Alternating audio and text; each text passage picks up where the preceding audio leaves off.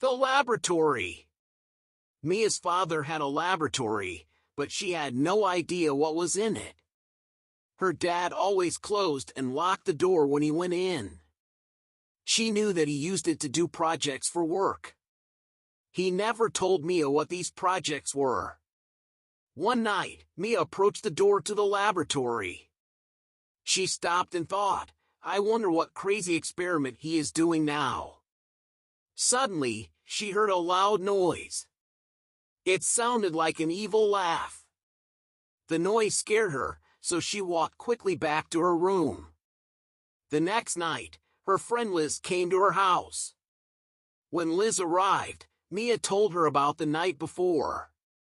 Oh, it was terrible, she said.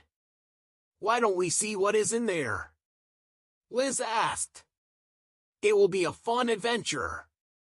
Mia felt nervous about going into her father's laboratory, but she agreed. As always, the door was locked.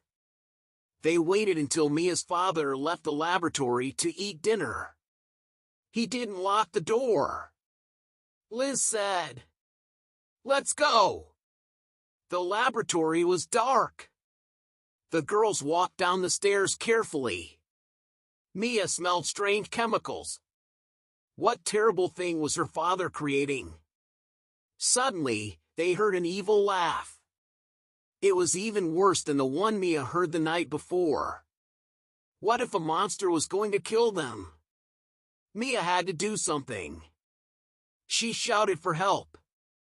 Mia's father ran into the room and turned on the lights. Oh, no, he said. You must have learned my secret. Your monster tried to kill us, Mia said. Monster? He asked. You mean this? He had a pretty doll in his hands. The doll laughed. The laugh didn't sound so evil anymore. I made this for your birthday. I wanted to give it to you then, but you have it now. I hope you like it.